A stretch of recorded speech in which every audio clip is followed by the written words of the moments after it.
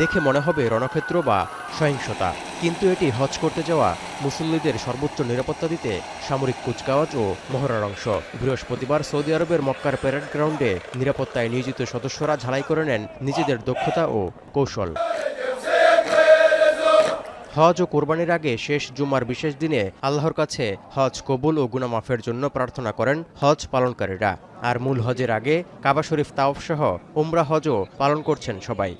ويعني الحجاج ما عاد فيها الحجاج الا حجاج كلهم الطالبين الحج والرضا من الله. هو فرض من استطاع اليه سبيله، ولكن كلنا بنحب نعمله، والحمد لله ربنا يسرها لنا وحجينا السنه। হজের আনুষ্ঠানিকতা শুরুর আগে কাবা শরীফ থেকে প্রায় ৬ কিলোমিটার উত্তর পূর্বে থাকা জাবাল নূর পর্বতের চূড়ায় আরোহণ করেছেন হাজিরা। সেখানকার হেরা গুহার কাছে করছেন নফল ইবাদত।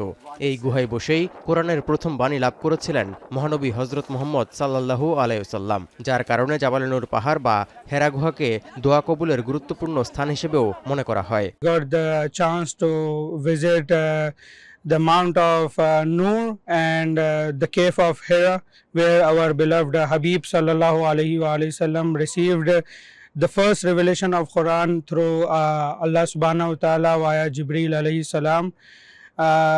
This was one of the most memorable journey of my Hajj. هذا هو الغار الذي كان يأتيه النبي صلى الله عليه وسلم، والصعود إليه في الحقيقة فيه مشقة بالغة، وقد كان النبي صلى الله عليه وسلم يأتيه الليالي المتكررة। এখনও বিশ্বের বিভিন্ন দেশ থেকে সৌদি আরবে যাচ্ছেন হজ যাত্রীরা। চলতি বছর হজ করার জন্য ২০ থেকে ৩০ লাখ মুসল্লির সমাগম হবে বলে আশা করা হচ্ছে।